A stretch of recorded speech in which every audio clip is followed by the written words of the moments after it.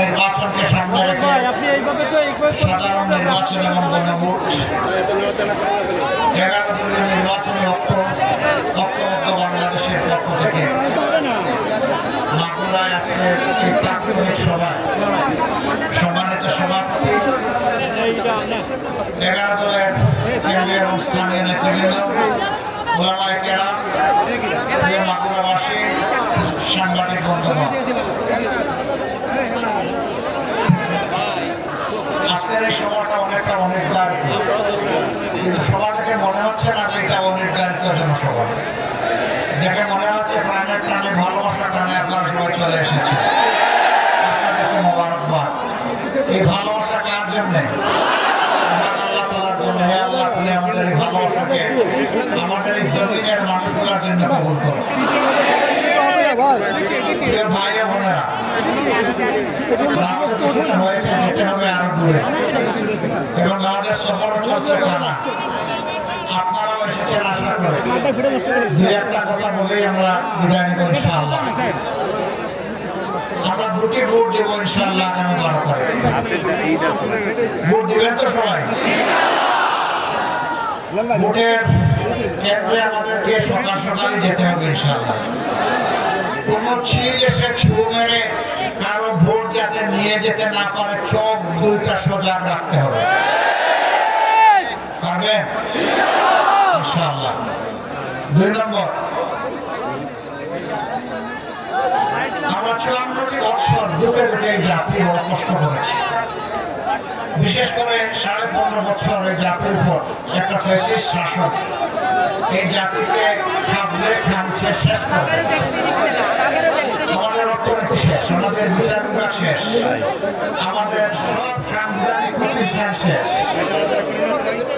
Bank, বিমান, sector, industry সবগুলোকে বসিয়ে দেওয়া হয়েছে। লুটতরাজ করে দেশের টাকা বিদেশে পাচার করা হয়েছে। আপনাদের এখানেও কোনো কোনো লোক এরকম ছিলেন।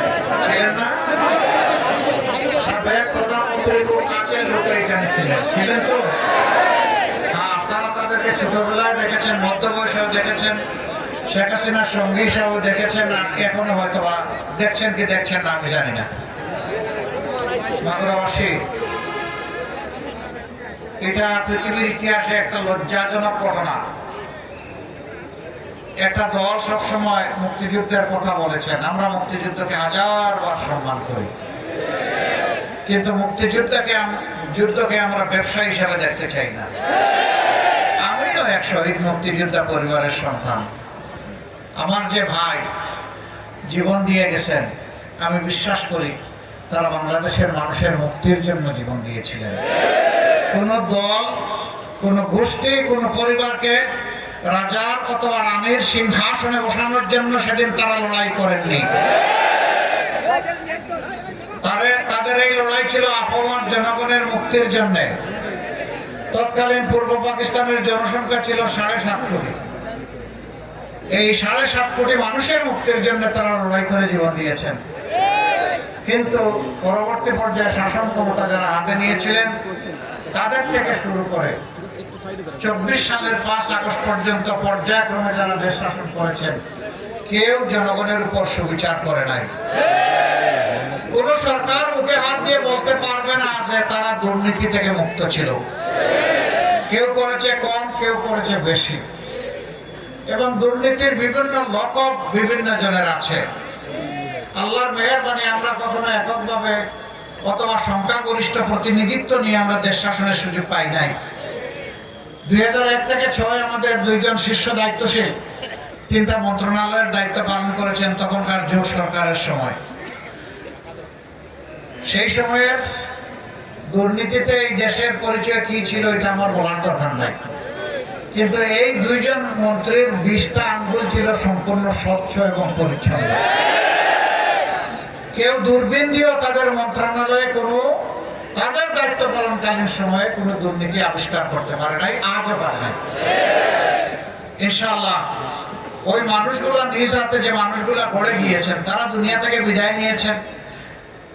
আল্লাহর কাছে তারা নিশ্চয়ই ন্যায় বিচার পাবেন।